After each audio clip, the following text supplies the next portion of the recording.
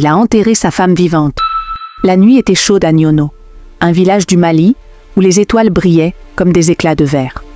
Les tambours résonnaient, les femmes dansaient, leurs pagnes tournant dans l'air, remplis d'odeurs de mil grillés. Au milieu, Aminata rayonnait. Ses bracelets claquaient, son rire éclatait comme une chanson, et ses pas suivaient le rythme, comme si elle parlait au djembé. Boubacar, appuyé contre un arbre, la regardait, le cœur battant. « C'est elle que je veux », murmura-t-il, sans savoir que des années plus tard, il la perdrait dans une nuit sombre, et que Niono ne s'en remettrait pas. Niono était un endroit simple, posé près du fleuve Niger. Les cases en terre s'alignaient autour d'un grand baobab où les gens se retrouvaient, pour rire, chanter ou écouter les histoires des anciens. Les champs de mil s'étendaient loin, dorés sous le soleil, et les pêcheurs ramenaient des poissons du fleuve. Les enfants couraient partout, les femmes tissaient des pagnes, et les hommes travaillaient dur. Boubacar était l'un d'eux, un cultivateur solide, avec des mains usées et un regard sérieux. Les gens l'aimaient pour son travail, mais certains disaient qu'il gardait trop de choses pour lui. Aminata, sa femme, était tout le contraire. Elle était la vie du village. Dès l'aube, elle faisait du tau, une bouillie de mil, pour les enfants affamés et les vieux qui n'avaient plus de force. Elle soignait avec des plantes, calmait les disputes d'un mot gentil, et son sourire faisait oublier les soucis. « Aminata, c'est notre lumière », disaient les femmes, et même les hommes, qui parlaient en peu, souriaient quand elle passait, son pagne bleu, flottant comme l'eau du Niger. Cette nuit de fête, des années avant, avait changé la vie de Boubacar. Aminata dansait, et lui, timide, n'osait pas bouger. Son ami Samba rigola. « Vas-y, ou un autre va la prendre !» Boubacar prit un panier de mangue et s'approcha, la gorge serrée. « Tiens, c'est pour toi !» dit-il, maladroit. Aminata éclata de rire, ses yeux brillants. « Des mangues? T'es pas très bavard, toi !» répondit-elle, taquine. Ils parlèrent longtemps, jusqu'à ce que la lune soit haute, et Boubacar sut qu'il ne pourrait jamais vivre sans elle. Leur mariage fut une grande fête. Tout Niono dansa, les griots chantèrent, et les feux brûlèrent jusqu'au matin. Aminata, en pagne blanc, promit d'aimer Boubacar. Lui, en tunique propre, jura de la protéger. Mais au fond de lui, une petite peur grandissait, une jalousie qu'il ne montrait pas. Il voulait Aminata pour lui seul, et ça le rongeait, comme un feu caché sous la cendre. Tout s'effondra une nuit, quand la lune était fine comme une lame. Aminata sortit après le dîner, un panier à la main. « Une voisine est malade, je vais l'aider », dit-elle à Boubacar, avec son sourire doux. « Je reviens vite !» Mais elle ne revint pas. Boubacar attendit, d'abord énervé, puis inquiet. Il sortit, frappa aux portes. « Vous avez vu, Aminata ?» demandait-il, la voix tremblante. Personne ne savait rien. Au matin, le village était en panique. Les hommes prirent tour des lampes et coururent dans les champs, le long du Niger, jusqu'aux collines. Les femmes chantèrent sous le baobab, appelant les esprits pour ramener Aminata. Les enfants, apeurés, restèrent auprès de leur mère, murmurant son nom. Tout le monde criait « Aminata! Aminata !»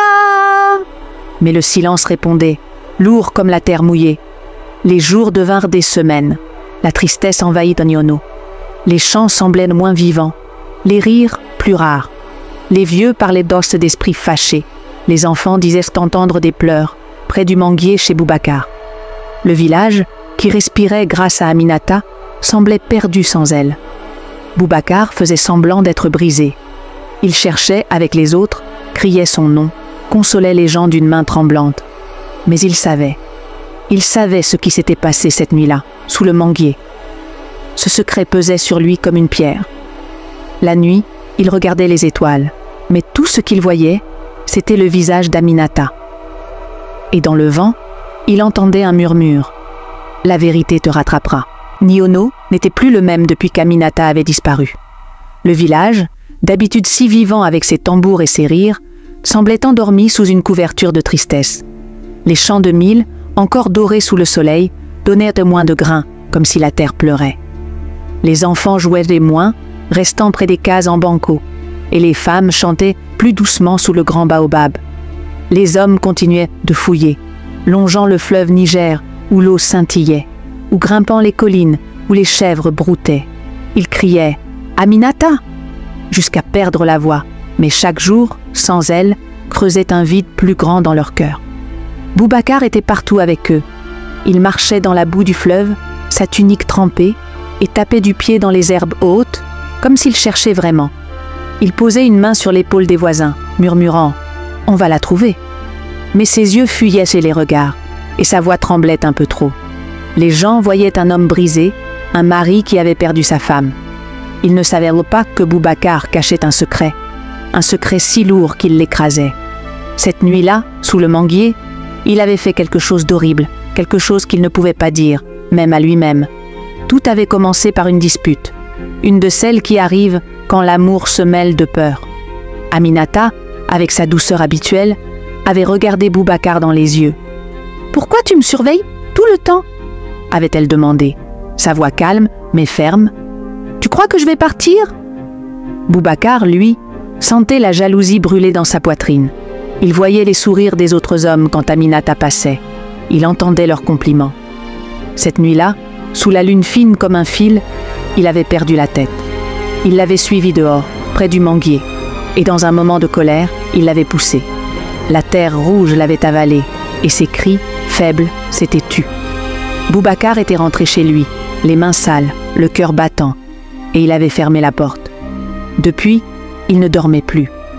La nuit, il s'allongeait sur sa natte, mais dès qu'il fermait les yeux, Aminata était là. Dans ses rêves, elle se tenait sous le manguier, son pagne bleu taché de boue, ses yeux pleins de tristesse. Elle ne parlait pas, mais son regard disait tout. « Pourquoi ?» Boubacar se réveillait en sursaut, la gorge sèche, et courait dehors. Il regardait l'arbre, ses branches noires contre le ciel, et vérifiait que la terre n'avait rien recraché. Chaque craquement, chaque souffle de vent lui donnait la chair de poule.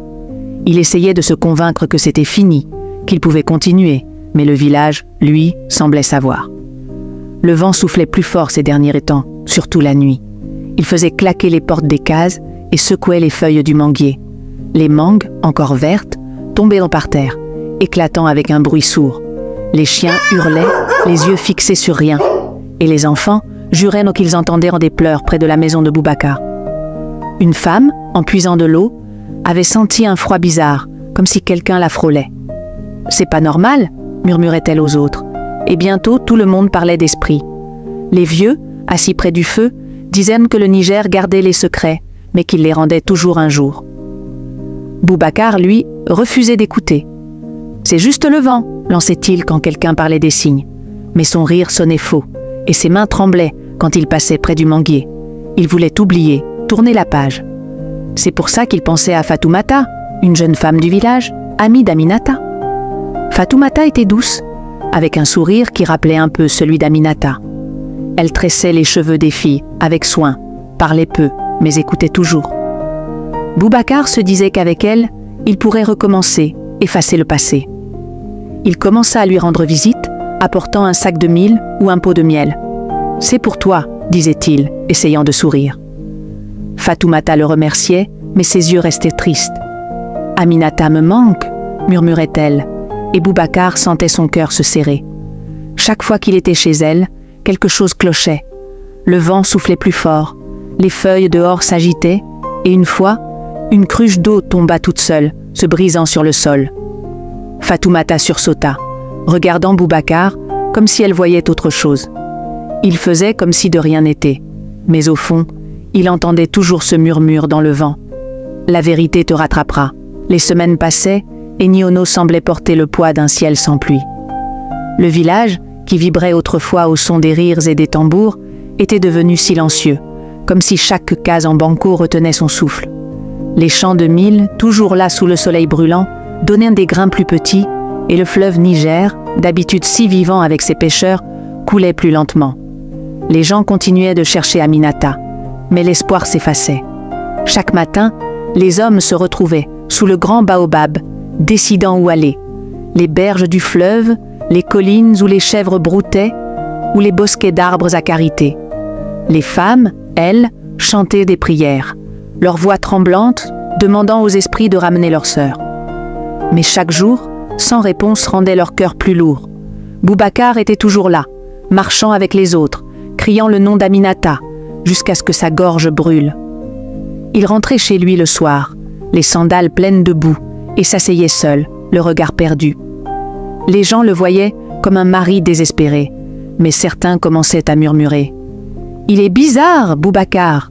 disait une femme en pilant du mil. « Il cherche, mais on dirait qu'il sait quelque chose. » Les rumeurs grandissaient, comme des herbes après la pluie. Certains pensaient qu'Aminata s'était enfuie, fatiguée de la jalousie de Boubacar. D'autres parlèrent d'un étranger, peut-être un commerçant de passage, qui l'aurait emmené. Les plus vieux, eux, secouaient d'eau la tête et parlèrent d'esprit. « Le Niger voit tout, » disait-il, en regardant les flammes du feu le soir. « Si Aminata est partie, c'est qu'un malheur est là. » Les signes bizarres ne s'arrêtaient pas. Le vent soufflait fort, surtout près de la maison de Boubacar, faisant claquer les portes et tomber les mangues vertes du manguier. Une nuit, un garçon jura avoir vu une ombre près de l'arbre, une femme en pagne bleue qui s'était envolée quand il s'était approché. Une autre fois, une vieille femme sentit une main froide sur son bras en passant par là. Les enfants évitaient maintenant la cour de Boubacar, disant qu'ils entendaient des pleurs dans le vent. Même les chiens aboyaient sans raison, les poils dressés, fixant le manguier comme s'ils voyaient à quelque chose. Un soir, Mamadou, le chef du village, appela tout le monde sous le baobab. C'était un homme grand, avec des cheveux gris et une voix qui calmait les disputes. Il écouta les plaintes, les rumeurs, les peurs. « On ne peut pas se déchirer, dit-il en levant une main. Aminata est notre cœur. On doit la chercher, pas s'accuser. » Il demanda un chant pour apaiser les esprits. Les femmes, en pagne blanc, allèrent au bord du Niger. Elles jetèrent du mil et du lait dans l'eau, une offrande pour les génies du fleuve. Les tambours jouèrent doucement, et une vieille, Aïssata, se mit à trembler, comme si elle parlait aux esprits. « La vérité est cachée !» cria-t-elle, les yeux fermés. « Elle est sous la terre, pas loin. » Ces mots firent frissonner tout le monde, et Boubacar, au fond de la foule, baissa la tête, le visage pâle. Néné, la vieille sage du village, observait tout ça en silence. Elle vivait dans une case un peu à l'écart, entourée de plantes qui soignaient et d'arbres qui murmuraient. Néné avait des yeux qui voyaient plus loin que les autres, comme si elle lisait les cœurs. Elle avait aidé Aminata à naître, et pour elle, c'était comme sa fille. Depuis la disparition, elle regardait Boubacar autrement. Elle voyait ses mains qui tremblaient, ses yeux qui fuyaient. Une nuit, en mélangeant des herbes, elle sentit un froid dans sa case, et un murmure, comme une voix. « Sous l'arbre !» Néné comprit que quelque chose n'allait pas, mais elle attendait. Elle savait que la vérité venait toujours quand le moment était juste. Un matin, Boubacar, poussé par la peur, alla voir Néné. Il frappa à sa porte, la gorge serrée. Elle était assise dehors, un panier de plantes à ses pieds, comme si elle l'attendait. « Boubacar !» dit-elle, sans le regarder. « Le village souffre. Ton cœur est lourd et ça trouble tout. » Sa voix était calme, mais elle pesait sur lui. Boubacar s'agenouilla, la sueur au front. « Qu'est-ce que je dois faire ?» demanda-t-il à voix basse. Néné prit une herbe et la cassa entre ses doigts. « La vérité, Boubacar, c'est la seule chose qui calme les esprits. Tu sais ce qui s'est passé. » Il recula, les yeux pleins de panique. « Y a pas un autre moyen? Une prière? Un cadeau ?» Néné secoua la tête. « Non, va chez toi et écoute le vent. Il te dira quoi faire ou il te détruira. » Pendant ce temps, Fatoumata, l'amie d'Aminata, sentait son cœur se serrer. Boubacar venait souvent chez elle, avec du mil ou du miel, et parlait doucement, comme s'il voulait la convaincre de quelque chose. Elle l'écoutait, mais chaque fois, elle pensait à Aminata. Une nuit, en balayant sa cour, elle sentit un vent froid, comme si quelqu'un passait près d'elle. Elle murmura « Aminata ?» Mais il n'y avait rien, juste les feuilles qui bougeaient. Depuis, elle regardait Boubacar différemment, avec un mélange de peine et de doute. Quelque chose clochait, et elle le sentait au fond d'elle. Niono vivait dans une attente pesante, comme un ciel chargé de nuages qui refusent de crever. Les recherches pour Aminata continuaient, mais chaque pas dans les champs ou le long du Niger semblait plus lourd, chaque cri de son nom plus faible. Les villageois se regardaient avec méfiance, les rumeurs empoisonnant leur cœur. Certains accusaient Boubacar, d'autres parlaient d'esprits ou d'étrangers. Les signes bizarres s'accumulaient, le vent qui hurlait la nuit, les mangues qui pourrissaient sous le manguier de Boubacar, les pleurs que les enfants juraient entendre. Le village, autrefois uni, se fissurait, et Boubacar, au centre de tout, sentait le poids de son secret l'étouffer. Il passait ses journées à jouer le mari brisé, mais ses nuits étaient un enfer. Chaque fois qu'il fermait les yeux, Aminata était là, debout sous le manguier, son pagne bleu trempé de boue, ses yeux pleins de reproches. Il se réveillait en sueur, courant dehors pour fixer l'arbre, terrifié à l'idée que la terre révèle ce qu'il y avait caché. Les paroles de Néné, la vieille sage, tournaient dans sa tête. La vérité, Boubacar, c'est la seule chose qui calme les esprits. Il voulait parler, mais la peur le tenait, comme une main autour de sa gorge. Fatoumata, elle, ne savait plus quoi penser. Boubacar venait souvent chez elle, apportant du miel ou des fruits, parlant doucement comme s'il cherchait à la convaincre de l'aimer. Elle l'écoutait, mais son cœur battait fort, pas d'amour, mais de doute. Chaque fois qu'il était là, le vent soufflait plus fort, les feuilles s'agitaient, et elle sentait une présence, comme si Aminata veillait.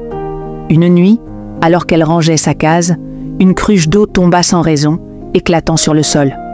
Fatoumata sursauta, murmurant « Aminata, c'est toi ?» Depuis, elle évitait les yeux de Boubacar, sentant qu'il cachait quelque chose de terrible. Un matin, Boubacar n'en pouvait plus. Il alla chez Fatoumata, un panier d'oranges à la main, décidé à lui demander de l'épouser. Il voulait effacer le passé, recommencer, croire qu'il pouvait être heureux. Fatoumata l'accueillit dans sa cour, où des fleurs rouges poussaient près de la porte. Il s'assit, mal à l'aise, et parla vite. « Fatoumata, tu es bonne, douce. Je veux une vie avec toi. Veux-tu être ma femme ?» Ces mots sonnaient au faux, comme s'il les forçait. Fatoumata baissa les yeux, son cœur serré. « Boubacar, dit-elle doucement, Aminata était ma sœur de cœur. Elle est partie et je ne peux pas penser à ça maintenant. » À ce moment, un vent froid souffla, faisant trembler les fleurs. Une orange roula du panier et éclata sur le sol, comme un mauvais signe. Fatoumata recula, les yeux pleins de larmes. « Pourquoi j'ai peur près de toi ?» murmura-t-elle. Boubacar, le visage blême, sentit quelque chose se briser en lui. Les mots de Néné, les rêves d'Aminata, le vent, tout le poussait. Il tomba à genoux, la voix cassée. « Fatoumata, je l'ai fait. J'ai fait du mal à Aminata. Cette nuit-là, sous le manguier, je l'ai... » Il ne put finir. Les larmes coulaient et il frappa le sol de ses poings. Fatoumata, horrifiée, recula encore. « Qu'est-ce que tu dis ?» cria-t-elle. Boubacar, à bout, raconta tout. La dispute, sa jalousie, la colère, et comment il avait poussé Aminata dans la terre, ses cris étouffés par la boue. Fatoumata, en pleurs, courut hors de la cour, son pagne claquant dans le vent. Elle alla droit chez Mamadou, le chef du village, et lui dit tout, les mots sortant comme un torrent. Mamadou, le visage grave, appela les villageois sous le baobab. La nouvelle se répandit comme un feu dans les champs secs. Les gens, choqués, en colère, se rassemblèrent devant la maison de Boubacar. Mamadou, avec quelques hommes, prit des pelles et creusa sous le manguier. La terre, rouge et dure, céda peu à peu. Puis, un cri, ils trouvèrent Aminata, son pagne bleu encore reconnaissable, ses bracelets d'argent ternis. Les femmes hurlèrent, les hommes baissèrent la peau et la tête, et les enfants pleurèrent, cachés derrière leur mère. La foule se tourna vers Boubacar, qui se tenait là, immobile, les yeux vides. « Pourquoi ?» cria une femme, la voix brisée. « Elle était notre sœur !» Un homme leva un bâton, mais Mamadou l'arrêta. « Pas comme ça, dit-il, la voix ferme. La colère ne ramène pas Aminata. On doit écouter, comprendre et décider ensemble. » Les villageois en pleurs regardèrent Boubacar, leur douleur mélangée de rage. Fatoumata, à l'écart, sanglotait, pensant à Aminata, à son rire, à tout ce qu'elle avait perdu. Néné, la vieille sage, s'avança, son bâton frappant le sol. « La vérité est sortie, dit-elle, sa voix reste. » Le silence pesait sur Niono après la découverte sous le manguier. La vérité sur Aminata, si longtemps cachée, avait éclaté comme un orage, laissant le village bouleversé. Les cases en banco semblaient plus sombres, les champs de mil plus calmes, et le fleuve Niger, scintillant sous le soleil, portait une tristesse nouvelle. Les villageois se réunissaient sous le grand baobab, leurs visages marqués par la colère, la peine et la confusion. Aminata, leur sœur, leur lumière, avait été trahie par l'un des leurs. Boubacar, celui qui marchait parmi eux, qui criait son nom, était celui qui l'avait fait disparaître. La douleur était partout, mais Mamadou, le chef, savait que la colère seule ne guérirait pas Niono. Boubacar se tenait à l'écart, près de sa case, sous les regards lourds des autres. Il ne parlait plus, ne mangeait presque plus. Ses yeux, autrefois durs, étaient maintenant vides, comme s'il voyait Aminata partout. Les villageois voulaient fort le chasser. Certains crièrent pour le punir, mais Mamadou levait la main. « On ne guérit pas une blessure en créant une autre, disait-il, sa voix forte et calme. Il appela Néné, la vieille sage, pour guider le village. « Aminata doit trouver la paix, et nous aussi, déclara-t-il. Tout le monde hocha la tête, même ceux qui serraient les poings. Néné prit la parole sous le baobab, son bâton frappant la terre rouge. « L'esprit d'Aminata est encore là, dit-elle, ses yeux scrutant la foule. Elle pleure, mais elle veut qu'on se souvienne d'elle avec amour, pas avec haine. Il faut une cérémonie pour la libérer. » Les villageois, fatigués de souffrir, acceptèrent. Ils voulaient honorer Aminata, retrouver leur village, leur rire. Néné demanda à tous de se préparer pour le lendemain, au lever du soleil, près du Niger. À l'aube, Niono s'éveilla dans une lumière douce, comme si le ciel offrait un peu de réconfort. Les femmes mirent des pagnes blancs, les hommes portèrent des tuniques propres, et les enfants, pour la première fois depuis longtemps, couraient avec un peu d'espoir. Ils se réunirent au bord du fleuve, là où l'eau chantait contre les roseaux. Néné guida la cérémonie, tenant un bol d'eau mélangé à des herbes. Elle marcha jusqu'au bord, versa l'eau dans le Niger et parla fort. « Aminata, toi qui as aimé ce village, repose en paix. Ton esprit est libre, ton amour reste avec nous. » Les femmes chantèrent, leur voix montant comme une prière, et les tambours jouèrent doucement, un rythme lent qui apaisait les cœurs. Mamadou s'avança, tenant un pagne bleu, celui qu'Aminata aimait porter. Il le plia avec soin et le posa sur la berge, une offrande pour son esprit. Les villageois, un par un, apportèrent quelque chose, une poignée de mil, une fleur, un bracelet. Fatoumata, les yeux pleins de larmes, déposa une natte qu'elle avait tissée avec Aminata. « Tu seras toujours ma sœur, » murmura-t-elle. Même Boubacar, poussé par Mamadou, s'approcha. Il tremblait, tenant une mangue, la dernière de son arbre. « Pardon !» chuchota-t-il, la voix brisée, avant de la poser dans l'eau. Le courant l'emporta, et pour la première fois, le vent sembla plus léger, comme si Aminata écoutait. Après la cérémonie, Néné proposa une idée. « Faisons un jardin pour Aminata, » dit-elle. « Un endroit où son amour vivra. » Tout le monde approuva.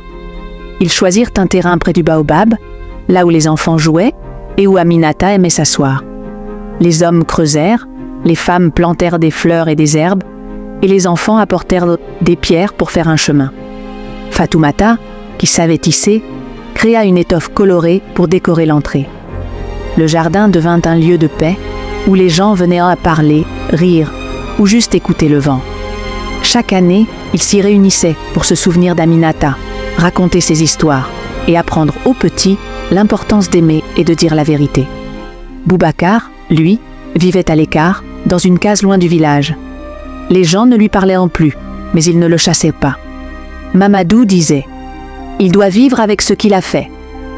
Boubacar passait ses jours à travailler dans des champs éloignés, seul, mais parfois, il venait au jardin, tard le soir, pour poser une fleur.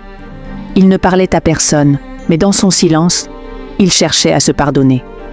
Certains disaient qu'il entendait encore Aminata dans le vent, mais plus comme une accusation, plutôt comme un murmure doux, un pardon qu'il ne méritait peut-être pas. Niono, petit à petit, retrouva sa lumière. Les chants donnèrent plus de mille, les tambours jouèrent à nouveau, et les enfants courèrent dans les ruelles, riant comme avant. Fatoumata devint une figure forte, aidant les femmes et soignant comme Aminata le faisait.